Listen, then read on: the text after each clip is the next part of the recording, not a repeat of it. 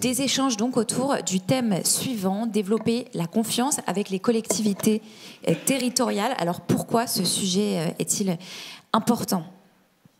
La gestion du patrimoine immobilier privé, c'est aujourd'hui un enjeu majeur pour les collectivités, on l'a bien compris. Ce sont des biens qui génèrent des revenus importants, mais encore faut-il que cette gestion soit menée avec rigueur, transparence et efficacité. Et ce n'est pas toujours simple. Toutes les collectivités n'ont pas toujours les moyens humains ou techniques pour le faire en interne. Vous allez nous en parler, je pense. Et précisément pour répondre à ce besoin, que le Code général des collectivités territoriales permet aux communes de déléguer la gestion de leur patrimoine immobilier. Alors, Gilles Noël, pour commencer, est-ce que vous pouvez nous indiquer comment ces biens du domaine privé sont acquis et ensuite administrés ?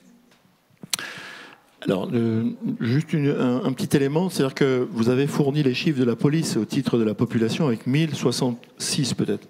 Mais madame, selon les participants, c'est 1261. Vous faites très bien de voilà, le corriger. 1261 habitants. Voilà, c'est 1261 habitants, il faut le savoir. Et ces 1261 habitants font cause commune avec ces 22 millions de Français qui vivent dans des communes de moins de 3500 habitants. Voilà, et donc moi, je représente... c'est 22 millions, enfin, j'exagère en disant ça, mais voilà, on est, nous, sur cette tranche de villages de moins de 3500 habitants, où la notion de proximité et de relations interpersonnelles joue, où ces relations qu'on appelle, on est à portée de baffe, jouent aussi quelquefois avec toutes nos quotidiennetés, des problèmes de voisinage, des problèmes X ou Y, et puis toutes ces joies que l'on a d'avoir des gamins encore à l'école dans certaines communes ou de pouvoir réaliser un certain nombre de projets d'investissement au profit de ces mêmes habitants. Et puis dans ces logiques d'apporter des services aux habitants, on a aussi un volet locatif. Parce que dans nos villages, on n'est pas si attractif que ça. Donc, résultat des courses, pour louer un bien, surtout une maison, c'est pas si simple que ça. Nous, on a beaucoup d'habitats qui n'est pas occupé parce que l'héritage traîne, parce que les habitats sont dégradés, parce que les conditions, outre le loyer, mais les conditions financières pour habiter dans une maison qui n'est pas isolée, enfin j'en passe, et des meilleures. Donc quelquefois, les communes se sont substituées à cette absence d'investisseurs privés. Et donc on est propriétaire de locaux. Donc par exemple dans mon village, moi j'ai 22 000 mètres carrés couverts de propriété municipale et j'ai 18 appartements et maisons qui sont mis en location. Donc voilà comment on fait. Comment on fait ? C'est simple, hein, on accepte les dons. Oui, mais je vous fais rire en disant ça, mais c'est une réalité.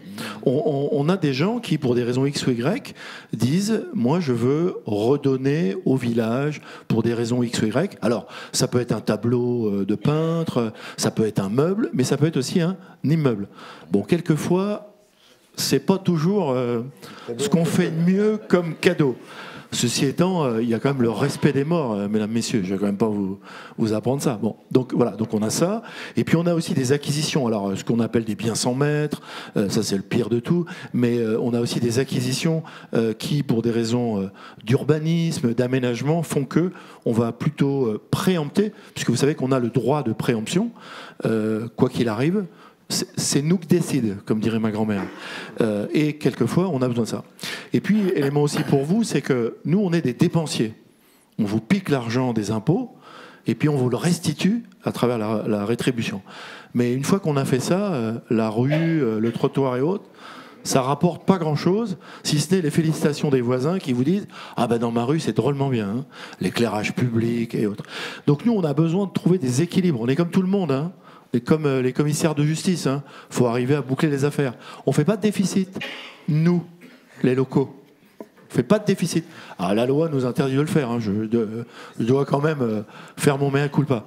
Donc du coup, on a aussi cette logique de pouvoir récupérer des biens chaque fois que c'est possible, mais aussi les mettre en location, en gestion, parce que ça peut être commercial, ça peut être habitat. Et puis aussi, on a nécessité aussi de cet aménagement urbanistique dans notre ceinture urbaine, de faire en sorte que ça ne soit pas dévasté de tous les côtés. Et puis derrière, du coup, ça nous fait, dans notre budget prévisionnel, une ligne sur laquelle on peut abonder à travers des revenus de loyer. Maintenant, on n'est pas toujours très clair avec nos locataires. Et on a besoin, nous, aussi d'être exemplaires. Les façades, ou, je vous disais, l'isolation, ou les conditions qui permettent de ne pas mettre trop en danger. Mais quelquefois, on se retrouve aussi pris par rapport à tout ça, c'est qu'il n'a pas payé le mois dernier, il n'a pas payé le mois d'avant, il n'a pas payé le mois d'avant. Qu'est-ce que je fais? Comment je tourne les affaires? Il vote, celui-là. Non, mais voilà. Il a mis ses poubelles n'importe où. Il a garé sa bagnole, sa voiture, devant le voisin. Mais c'est vers nous que ça retombe tout ça. C'est pas vers vous. Les gens, ils viennent nous voir, nous. Donc, on a une gesticulation intellectuelle, opérationnelle et autres à organiser. Et quelquefois, parce qu'on n'est pas non plus nombreux dans nos équipes techniques et autres, on a plus de monde qui balaye les rues que gérer la communication ou le développement des villages, ce qui est à mon avis anormal, mais c'est comme ça. Parce qu'on est aussi propriétaire. Je vous ai dit, on a des biens, des toits, 22 000 m² de toits couverts, mais on a aussi des milliers d'hectares à entretenir.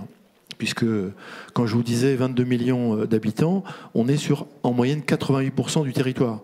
Donc, juste pour vous, 1261 habitants, c'est 4414 hectares. Bon, voilà, il y a ça à faire. Donc, il faut qu'on trouve effectivement des équilibres. Donc, la question, elle se pose sur la gestion. Comment on fait pour se sortir de tout ça? Parce qu'il faut que ça soit propre, il faut que ça soit organisé en temps et en heure. Parce que là, vous n'avez pas parlé d'un phénomène qui nous arrive, nous. C'est quand vous avez la Banque de France, quand vous êtes passé en commission, quand les personnes sont passées en commission de surendettement, vous avez beau être maire, vous avez beau être commissaire de justice, la fessée, c'est la même. Enfin, c'est la même. C'est sur ce qu'on appelle le compte administratif qu'on écrit, on fait une écriture pour dire il y a 3 860 € de moins parce qu'on a reçu une décision, une injonction. Et là, on ne peut pas faire pareil. Voilà, donc on a ça. Donc la question, elle se pose et elle s'est posée. Maintenant, si j'ai bien compris, ces dernières années, la législation a évolué en ce sens. Il y a quelques années, j'en fais mon mea culpa, j'ai cherché une transition. Donc je suis allé vers... Je crois qu'on disait huissier de justice. Voilà, vous dites commissaire, mais nous, on est encore à ça. Simplement, ça n'a pas été possible, pour des raisons réglementaires. Maintenant, alors ça, peut-être quelqu'un peut l'expliquer mieux que moi, maintenant, c'est possible. Donc nous, ça nous intéresse de vous connaître autrement qu'à travers vos commandements. Et oui, parce qu'on peut être amené, justement, à collaborer, à trouver un partenariat. Oui, un partenariat. En sens de c'est gagnant-gagnant, je veux dire.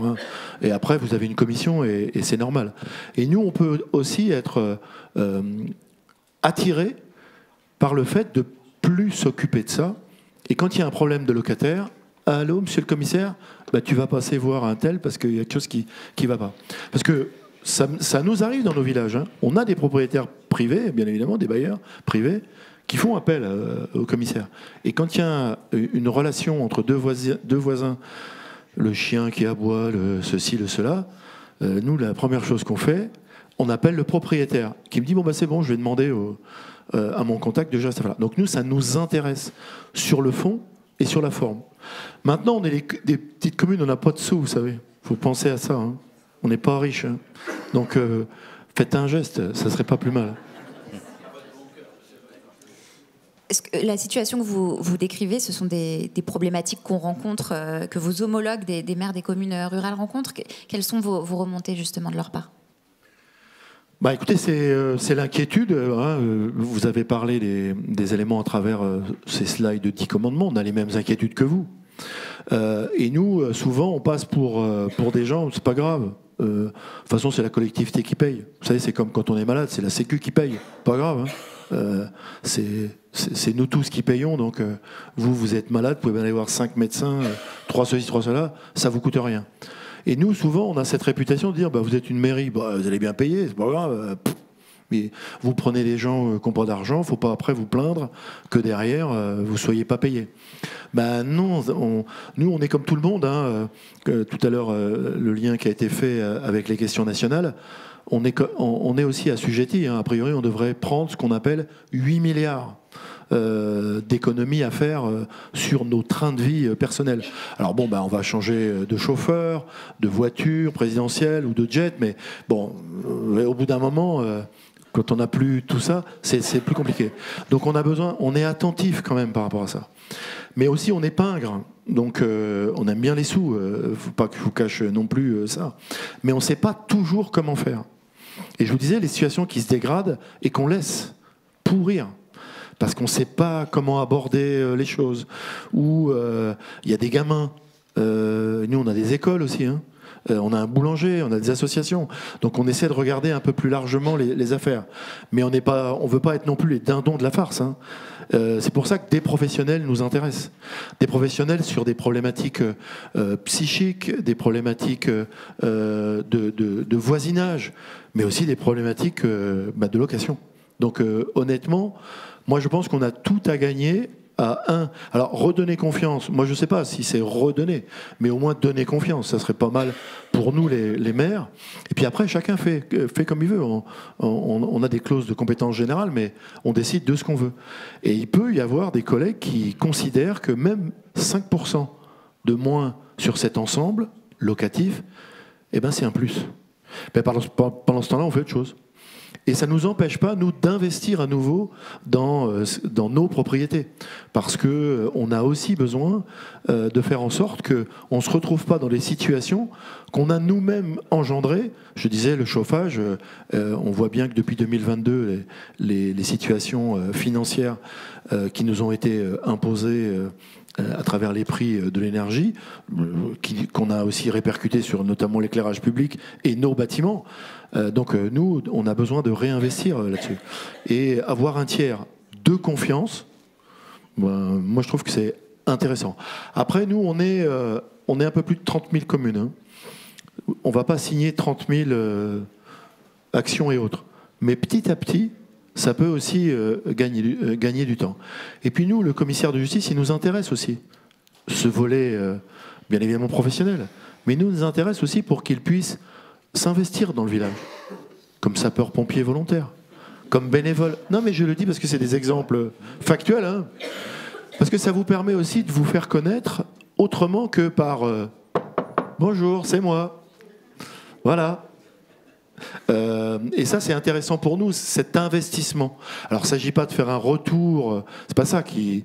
Mais je trouve que vous auriez à gagner, les villages auraient à gagner de pouvoir vous voir autrement qu'à travers simplement le bureau et autres. Et donc, moi, je nous encourage, alors pas à vous présenter contre mes collègues maires, là. Attention, hein, j'ai pas dit ça, hein, mais je vous encourage à aussi rentrer dans les villages sous des actions. Bon, nous, c'est surtout le bénévolat qui nous intéresse par rapport à ça. Et puis, ce volet professionnel que vous montrez ce matin et que je découvre un peu plus que je n'en savais d'ailleurs. Et donc ça, c'est aussi peut-être un moyen de le relayer dans notre réseau pour que vous fassiez un peu moins peur. Et juste pour être très, très concret, comment vous faites actuellement justement pour rechercher des locataires, analyser leurs dossiers ? Bon, nous, c'est pas compliqué. Hein. On a un bureau qui est ouvert. On a le bouche à oreille. Et puis surtout, il y a des besoins qui ne sont pas couverts. Donc, on ne fait pas de publicité spécialement, ou quelques-uns vont mettre sur Facebook du village, ou sur des applications locales, on appelle ça, nous, Panneau Pocket ou autre. On fait des choses comme ça. Mais c'est plutôt du bouche à oreille. Et pour rédiger aussi le bail et les états des lieux d'entrée et de sortie on a du personnel pour faire ça, madame. On a du petit personnel pour faire ça. On a des matrices. On a des matrices pour faire ça. Est-ce qu'elles sont au goût du jour ? Est-ce qu'elles sont dans ces logiques normatives, d'évolution réglementaire ou autre ? Je ne voudrais pas parier. Donc non, nous c'est plutôt... Alors quand je vous dis ça, la débrouille, ne le prenez pas au sens littéral du terme, parce qu'on fait quand même ces états de lieux d'entrée et de sortie. Mais quelquefois, on se retrouve dans des situations qui sont beaucoup plus compliquées et pour lesquelles, je disais, c'est indémerdable entre un officier d'état civil et un locataire. Donc quelquefois, on subit plus qu'autre chose. Et sur la question des loyers, comment vous organisez? Comment sont-ils encaissés? Comment vous gérez les impayés? Est-ce que vous avez une visibilité sur les encaissements? Enfin, comment ça se passe? Oui. Alors, on a une comptabilité, on a des logiciels. Je vous ai dit qu'on a du personnel, mais on a même l'électricité d'ailleurs dans nos villages. Vous voyez? Impressionnant. Non, je plaisante. Mais nous, on a des relations de proximité. Dans un village, si vous voulez, on connaît tout le monde, ou quasiment tout le monde, ou à peu près tout le monde, mais surtout nos locataires. Et du coup, qu'est-ce qu'on fait? On va cogner à la porte quand ils ne viennent pas. Parce qu'il y a ces relations qui font qu'il y a des paiements automatiques, c'est beaucoup plus organisé qu'il n'y paraît. Quand je vous disais ça, hein, c'est organisé. Mais c'est toujours quand il y a un grain de sable, soit qu'on n'a pas vu venir, soit sur lequel on laisse traîner. Vous avez une mère seule avec 4 gamins qui n'a pas payé son loyer depuis 3 mois, qui n'a pas payé la cantine, qui n'a pas payé la garderie. Qu'est-ce qu'on fait? Pourquoi c'est 3 mois après? Donc on essaye aussi de faire en sorte d'avoir des éléments d'alerte. On fait comme tout le monde, hein, on s'organise par rapport à ça. Mais vous avez beau arriver là-dessus. Vous avez, je disais, la commission de surendettement qui vous dit vous allez nettoyer les trucs. Qu'est-ce qu'on fait? Elle a 4 gamins, la jeune femme. On la fout dehors? Voilà, c'est du crève-cœur. Donc on fait de la médiation, c'est surtout ça qu'on fait. On fait de la médiation. Parce que ton père, parce que le voisin, parce que le facteur, parce que ceci, parce que... Bon, vous voyez, c'est pas très professionnel ce qu'on fait. Je le reconnais, mais à culpa par rapport à ça. Mais on essaie de gérer les situations humainement, mais aussi parce que derrière, quand on fait ce qu'on appelle, nous, des décisions modificatives, au conseil municipal, ça grince. Pourquoi on va abandonner 3 860 € d'impayés? Parce qu'on sait aussi que derrière, je vous ai parlé de la cantine, vous voyez, c'est une chaîne sans fin. Donc, c'est plus la débrouille qu'autre chose, même si ça peut vous faire rire, vous, quand je vous dis ça, mais on a ce regard. Mais on a besoin aussi d'être réglo. Justement, sur comment vous gérez les travaux de remise en état, par exemple, et de performance énergétique et écologique? Ce qu'on fait, on fait des plans d'investissement. Alors, quand vous êtes un gros propriétaire comme moi, eu égard à la masse, 22 000 m² couverts, vous avez intérêt à faire ce qu'on appelle un PPI. Parce que vous avez besoin d'organiser les affaires et vous essayez de regarder à 20 ans. Donc vous avez un cabinet qui vient et qui vous règle les affaires. Mais après, une fois qu'il vous a dit l'année prochaine, il faut penser à ci, tous les 20 ans, il faut penser à ça, tatati tatata, tout n'est pas réglé. Mais on arrive à le faire. Qu'est-ce qu'on fait? On sort les locataires et on leur trouve une autre solution. On fait faire les travaux dans le cadre d'un marché public, puis après on les remet dans le logement. Ça, c'est la situation la plus compliquée à faire. Mais ça, on le fait. On va pas les mettre au camping municipal pendant l'hiver. Donc on fait ça. La deuxième chose, c'est qu'avec le départ d'un locataire, on en profite pour, au bout de 40 ans, changer le bidet, le machin, le bidule, regarder les fenêtres et autres. Et puis on a des services techniques qui, eux, vont mettre leur nez chaque fois qu'il y a un problème. Ce qui coûte aussi moins cher, mais ce qui permet aussi d'alerter. Monsieur le maire, je suis allé là-bas, il y a quelque chose qui ne va pas. Hein. Bon, voilà. Et puis après, on a tous ces locataires indélicats sur lesquels on doit faire front et on doit faire face. Donc là, quelquefois, c'est un peu de la gymnastique par rapport à ça. Mais je vous dis, on utilise toutes les ficelles qu'on peut utiliser. Hein. Les parents, le grand-père, le machin, le voisin. On fait comme ça, hein.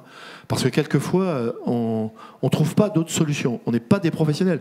Nous, on ne va pas à l'école pour devenir maire. Hein. On n'apprend pas à devenir maire. Hein. Nous, quand on arrive dans la mairie, on récupère le bien et le pas bien. Hein. Et du coup, après c'est votre conscience et puis votre professionnalisme antérieur que vous avez ou votre expérience qui vous permet de... Mais c'est pas toujours si simple que ça. Et puis on est comme tout le monde. On a des règles à respecter. Hein. Moi, je vais pas chez le locataire comme ça. Hein. Je frappe avant d'entrer. Hein. Donc, aujourd'hui, si vous deviez résumer très, très rapidement, quelles sont vos attentes concrètes, qu'est-ce que vous attendez? Moi, j'attends rien de plus que simplement connaître les possibilités réglementaires qui me permettraient de pouvoir me concentrer sur un minimum de choses qui est le développement du village, l'attractivité du village, les écoles surtout, et des choses comme ça. Donc nous, les professionnels qui peuvent nous apporter leur concours, et là, les logements, ça en fait partie, parce qu'on est tous propriétaires de quelque chose chez nous, hein, dans tous les villages. Faut pas rêver. Alors c'est plus ou moins bien entretenu, parce qu'il y a ça aussi. Donc nous, on est preneurs d'échanges, mais on est preneur aussi de contractualisation, je le disais, hein, et de sécurisation. Parce que la sécurité, c'est pas que des caméras qu'on met à l'entrée des villages, hein. C'est aussi cette sécurité que l'on va avoir avec nos administrés. Donc nous, ça nous intéresse de faire savoir que la législation a progressé, qu'en matière de biens locatifs, on peut avoir un tiers de confiance, parce que c'est ça aussi qui nous intéresse. Et puis après, peut-être négocier avec vous que vous puissiez subventionner le club de ceci, ou le bénévole de cela. Merci beaucoup. On va peut-être... Merci. Si je peux me permettre de faire juste une petite intervention, en fait, j'ai des contacts avec quelques maires également dans des communes rurales qui sont très dépourvus parce qu'ils peuvent avoir 1 an, voire 2 ans de loyer impayé. Ils viennent me voir, mais en fait, ce sont les trésoreries qui bloquent. Les trésoreries nous déclarent que ce sont eux qui doivent gérer les loyers impayés, qu'ils ne veulent pas entendre parler de nous, huissiers ou commissaires de justice, et les maires ne peuvent pas nous confier leurs impayés, alors qu'ils pourraient le faire, les trésoreries s'y opposent. Et ça, c'est vraiment un problème. C'est pas gentil, madame. Comme vous n'avez pas tout dit, vous avez dévoilé... C'est vrai qu'on est assujetti, nous, à des règles particulières. Et d'ailleurs, on se bat contre cette administration qui utilise... ces armes, mais vous savez, chez nous, hein, les directions des finances publiques s'appelaient les trésoreries. Hein. Elles sont plus chez nous. Hein. Elles sont à 30 km, à 50 km. Et quand vous appelez ou quand vous négociez, vous en avez 1, 2, 3, 4, 5, c'est jamais les mêmes. Alors qu'avant, on descendait à la trésorerie parce qu'on a aussi on est aussi président de conseil d'administration de maisons de retraite ou autre, et on négociait directement avec la personne en disant putain, aide-moi, trouvez-moi une solution, ou monsieur le maire, il y a un truc qui va pas là. Et puis on allait boire un café à côté, on discutait avec l'un et l'autre, donc on réglait les affaires. Mais c'est plus comme ça maintenant. Il y a cette rigueur et cet éloignement qui est sûrement meilleur. Donc bientôt on les retrouvera à Prague ou je ne sais où pour régler ces affaires, puisque ça se fait par ordinateur. Non, je sais, bon, moi je vous ai pas tout dit, mais c'est vrai que c'est pour nous la croix, la bannière. Donc on s'engueule. Avec eux, on s'engueule. On sait pertinemment qu'ils ne font rien, et à partir d'un moment, pas grand-chose. Et à partir d'un moment, vous pourriez nous confier quand même néanmoins les loyers impayés, et ils vous rétorquent que non, vous ne pouvez pas le faire. Par contre, j'ai eu le cas récemment d'une mairie qui nous a confié le bail à rédiger parce que la trésorerie leur a dit on en a ras-le-bol de vos baux qui ressemblent à rien, faites quelque chose. Voilà, je vous laisse. Oui, je vais vous donner la parole, Guillaume Delacroix, mais peut-être juste avant, Sylvain Olagnon, vous pouvez peut-être nous dresser un état des lieux, parce qu'on parle beaucoup du patrimoine immobilier des collectivités. J'ai lu que sa valeur totale pouvait atteindre près de 2000 milliards d'euros. Donc c'est un chiffre vertigineux, effectivement. Donc voilà, les communes rurales sont, vous l'avez très bien dit, propriétaires de nombreux biens. Est-ce que vous pouvez, Sylvain, nous dresser rapidement un état des lieux, peut-être ? Oui, je vais laisser Guillaume Delacroix, qui est notre maître en la matière sur ce patrimoine-là. Juste rappeler que, effectivement, comme le rappelait Caroline, il y a des normes particulières. Monsieur le vice-président, monsieur le maire, vous l'avez noté, il y a des normes particulières pour la gestion des biens des collectivités territoriales. Je suis en charge de la formation sur la gestion locative en général, et depuis 4-5 ans maintenant, on a intégré dans cette formation un module de plusieurs heures sur les spécificités de votre comptabilité publique et de la gestion. Et effectivement, c'est très apprécié. Marie-Christine l'a suivi il y a quelques années. Vous avez quelques communes qui vous ont fait confiance désormais. Vous avez mis presque 1 an, je crois, de tractation avec les trésoreries pour pouvoir signer la convention de mandat. Sachez qu'il y a Il n'y a rien d'extraordinairement compliqué. En revanche, il y a quelques notions à connaître. Donc, si vous n'avez pas suivi la formation gestion locative, c'est pas bien grave. On va faire avec Academis, Quentin Loiseleur nous en reparlera tout à l'heure dans la dernière table ronde, un module autonome spécifique à la gestion des biens des collectivités territoriales, qui sera, si possible, en distanciel, ce qui permet à tout le monde de le suivre à distance sans venir à Paris pour une demi-journée ou une simple journée de formation. Voilà. Marc, peut-être quelques observations ? Oui, juste un petit mot, parce que j'écoutais avec beaucoup d'attention Gilles Noël. Ça m'a rappelé les années que j'ai passées dans la Somme ou en Haute-Corse, à la rencontre des maires qui déjà avaient cette problématique de gestion du patrimoine immobilier local. On l'a rappelé, 2000 milliards d'euros d'estimation. Et effectivement, j'entendais cette petite voix de Gérard Lheureux, qui est maire de Crécy-en-Ponthieu, dans la Somme, qui expliquait exactement la même chose. Et c'est vrai que quand on l'observe, moi je l'ai observé en vivant en ruralité, c'est fou. Ce qui est intéressant, c'est ça que j'ai relevé, c'est ce sens de l'engagement, ce sens de l'implication. Quand Gilles nous disait il faut vous engager, vous, les commissaires de justice, dans nos villages, il faut investir nos associations, il faut devenir pompier professionnel, volontaire. J'en ai connu un commissaire de justice qui est effectivement pompier volontaire dans la Somme. Donc ça existe, on le sait, on le voit. Moi, je suis membre de la SNSM à Sassonberg. On a aussi des auxiliaires de justice qui sont sauveteurs en mer. Donc cet engagement, cette implication, c'est peut-être ça la clé. C'est justement comment on peut aujourd'hui, vous, commissaire de justice, et ces élus qui sont face à un enjeu colossal, on parle de 2000 milliards d'euros, estimation, de parcs immobiliers, des logements, des commerces, des ateliers, des terrains. Et il faut effectivement, vous êtes là pour sécuriser les baux, vous êtes là pour les états des lieux conformes. Voilà, et donc tout ça, effectivement, moi, c'est ce mot-là d'engagement qui revient très fortement dans ce que j'ai entendu et que j'avais envie de repartager avec vous. Donc, Guillaume Delacroix, oui. Je vous donne enfin la parole, spécialiste du droit public des collectivités territoriales. Quelle est votre réaction à tous ces échanges ? Alors, déjà, tout d'abord, je voudrais remercier Monsieur Noël parce qu'il m'a... Enfin, votre présentation, elle correspond tout à fait à l'idée que je me fais de l'élu de terrain. J'ai été passionné par vos propos et puis ça m'a aussi rassuré. Si, je veux le dire très sincèrement, ça m'a rassuré. Pourquoi ? Parce que l'été dernier, j'ai eu le malheur de croiser le président Duplat à Nice et il m'a dit « On va organiser les assises, il faut que tu interviennes ». Alors, certes, ça fait... près de 30 ans que j'exerce cette profession. J'ai dû exercer pendant 17 ans l'activité d'administrateur d'immeubles. Et d'ailleurs, j'ai été très ému par la présentation de Didier parce que j'y étais à la première avec le FUR. Et on a eu des discussions enflammées sur la déontologie avec Patrick. On était chacun tenant... d'une version. Moi, j'avais Thierry Guinaud qui devait rédiger son bouquin sur normes et valeurs et qui me disait l'administration d'immeubles, il y a toute une partie sur cette administration d'immeubles, j'y connais rien, il faut que tu m'écrives quelque chose. Et on m'avait dit, il faut contacter Patrick Le Fur, parce que Patrick Le Fur, c'est le président du groupement, ce groupement au nom toujours imprononçable, quelle que soit son évolution.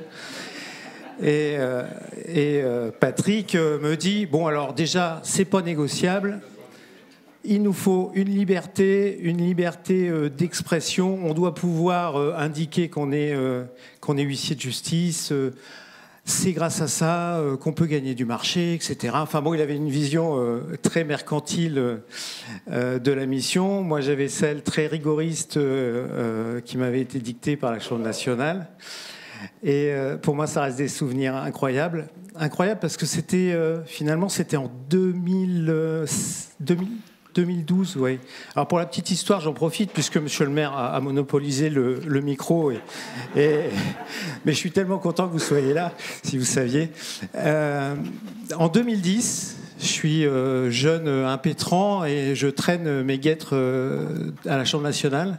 Je salue monsieur le délégué général Thierry Barry, là, qui nous fait l'amitié d'être présent. Et donc, j'erre dans les couloirs, et à la Chambre nationale, il y a 2 escaliers. Il y a l'escalier officiel et il y a l'escalier pour les besogneux. Et moi, je ne savais pas, j'ai pris l'escalier de l'élite, et je me suis fait choper au passage par le président Jean-Daniel Lachkar, qui me dit: tiens, viens là, toi, qu'est-ce que tu fais là? Bon, alors je me suis présenté très humblement. Il me dit: tu fais de l'administration d'immeuble? Je dis: oui, je fais de l'administration d'immeuble. Bah écoute, j'y comprends rien, on ne connaît pas les règles. Ta première mission, ça va être de recenser toutes les règles. Ça, c'était en 2010. Moi, j'y connaissais finalement pas grand-chose, puisque c'est là où je mesure tout le chemin parcouru. À l'époque, il y avait effectivement 250 confrères qui étaient administrateurs d'immeubles ou qui se disaient administrateurs d'immeubles. Et aux Journées de Paris, ma première mission avait été d'exposer ces règles que j'avais recensées, parce que j'appelais des confrères corses qui me disaient: chez nous c'est comme ça. Et puis après j'appelais en Bourgogne et on me disait: nous c'est plutôt comme ça. Dans la Somme, j'en parle pas. En Bretagne, bon voilà, vous savez ce qu'il en est. Bref, en fait on avait des pratiques assez discordantes. Alors moi je me suis dit: tiens, j'ai enfin trouvé un texte, la loi Auguet. Puis on me dit: non, finalement la loi Auguet elle s'applique pas à nous. Très rapidement, je vais vous raconter l'histoire d'un maire. Il était coiffeur, le lendemain, il est élu. Et sa première intention, c'est d'agir pour l'intérêt général, parce que les élus, c'est pas autre chose. Et il se dit: il faut que je trouve de l'argent, parce que monsieur le maire le dit, ils sont toujours en train de chercher de l'argent ou du bénévolat. Et il dit: tiens, l'école, elle a disparu, elle a été transférée dans la commune voisine. Comme toutes les autres, finalement, on se retrouve à 10 communes à bénéficier d'un parc immobilier qui servait précédemment à abriter des établissements scolaires. Aujourd'hui, ces établissements ont déménagé. On se retrouve avec le parc immobilier. L'immobilier, ça coûte cher à entretenir. Il faut absolument qu'on transforme cette notion de dépense en une notion de ressources. Comment? En mettant en location. Et c'est là où on s'arrache les cheveux. Donc, on doit, j'entendais monsieur le maire, oui, on récupère des biens, etc. Oui, maintenant, la réglementation, elle s'est tellement empilée que la plus grosse problématique, c'est d'être en conformité. En conformité pour répondre aux objectifs 1 et 3 que j'ai décrits tout à l'heure. Je vais me faire engueuler. Je suis beaucoup trop... Oui, d'accord. OK. Mais en fait... Tout ce que je vais expliquer, c'est ce que mes confrères ont expliqué précédemment sur l'intérêt de faire appel à un commissaire de justice, mais je le fais à la lumière des préoccupations des élus qui sont d'éviter le contentieux, de sécuriser l'action publique, d'éviter des actions en responsabilité et de réduire les dépenses. Donc, quand on passe par la case, mais non, mais je me l'ai fait quand même, hein, vite fait. Hein. D'accord. L'audit, il a été très bien décrit tout à l'heure par Mathieu Couteau. Le constat de conformité, finalement, je ne vais pas revenir dessus puisqu'il a été largement détaillé, mais par exemple sur les aspects du logement décent, finalement, le logement décent, c'est quoi? C'est par exemple une rambarde, un garde-corps qui manque à une fenêtre. Le maire loue le logement sans garde-corps, le gamin passe par la fenêtre, la cage d'escalier dégringole, la rampe s'arrache, et qui va en prison? Le maire, puisqu'il a une responsabilité pénale. Donc voilà. Donc l'audit du parc immobilier, c'est une nécessité, et nous, au travers de nos prédispositions en matière de droit de la preuve, de description avec les constats, on est, je suis désolé de vous le vendre, hein, mais en fait, c'est l'idéal. Et j'ai vu beaucoup d'élus. C'est pas politiquement correct ce que je vais dire, mais le président Santour est parti, c'est pas grave. Il y a beaucoup de communes qui se sont dit tiens, le seul qui sait écrire, ça doit être le notaire, on va lui demander de faire le bail, même si c'est cher, parce que on a un bail notarié. Ouais, mais le notaire, la plupart du temps, il n'est pas allé sur place. Et en fait, cet audit immobilier, il n'a pas été réalisé. Et c'est pas parce que vous avez l'extrême onction dont on se targue d'être légitime à l'obtenir au travers du bail authentique, ça ne suffira pas. Sauf que nous, on pourra avoir le bail authentique et on aura aussi ces prédispositions professionnelles pour dresser des audits du parc immobilier. Je passe à la suite. Le maire, il se dit super, maintenant, mes biens immobiliers, ils sont en conformité avec toute la législation qui est envahissante en matière d'immeubles. Je cherche un locataire. Super. Ah bah lui c'est bien parce que je connais bien son père et son père il est sérieux et puis sa sœur et machin. Mais lui en fait, et nous notre rôle, notre mission principale au début c'était le recouvrement. Et le recouvrement, le cadrage, on sait apprécier le profil financier d'un locataire. Donc je suis désolé de vous dire, on est encore premier sur la liste. Après... Sur les aptitudes commerciales, parce qu'on ne fait pas que des baux d'habitation, on fait aussi des baux professionnels, des baux commerciaux, etc. On a vu des baux professionnels consentis à des gens qui avaient une activité commerciale. Bon, mais nous on ne fera pas l'erreur, parce qu'a priori, on a la formation pour. Donc vous avez votre bien qui est conforme, vous avez votre locataire qui est solvable, mais il va peut-être falloir contractualiser. Alors, je suis désolé, hein, mais on est entre nous. Notre formation universitaire, c'est Bac+5. Notre formation initiale pour devenir commissaire de justice, on rajoute 2 ans avec une spécialisation en droit des baux, les baux de droit commun, d'habitation, commerciaux, professionnels, ruraux. Donc la rédaction des baux, en fait, on peut faire du sur-mesure. Sur l'activité de constat, on en a parlé. C'est ce qui nous permet très légitimement de faire des états des lieux. Et puis, vous voyez, rédaction des baux, constat d'état des lieux, c'est finalement, moi quand j'ai commencé et qu'on ne pouvait pas intervenir dans la gestion des biens du domaine privé des collectivités, les communes nous disaient vous pouvez me faire le bail et l'état des lieux. Et quand j'arrivais à l'état des lieux, je disais oui mais votre logement il n'est pas conforme. Vous voyez, donc on était déjà dans les prémices de cette vérification. Mais ça, c'est bien d'avoir un beau bail, d'avoir un logement approprié. Mais la grande difficulté, et monsieur le maire l'a dit aussi, je le soupçonne vraiment de m'avoir coupé l'herbe sous le pied dès le début, et en se disant de toute façon, il va être long, lui, dans ses propos. La gestion du bien. Et la gestion du bien, vous n'avez eu de cesse que de revenir sur cette notion de proximité et de contact avec les usagers. Et c'est vrai que la gestion du bien, c'est bien là qu'on va avoir également une plus-value, parce qu'on va s'assurer, sans mauvais jeu de mots, de l'assurance par le propriétaire ou par le locataire. On va fixer les loyers. La consoeur de Bordeaux disait, alors ça ne concerne pas les communes rurales, la problématique de l'encadrement des loyers. Nous, on sait ce que c'est. L'encaissement des loyers, on sait ce que c'est.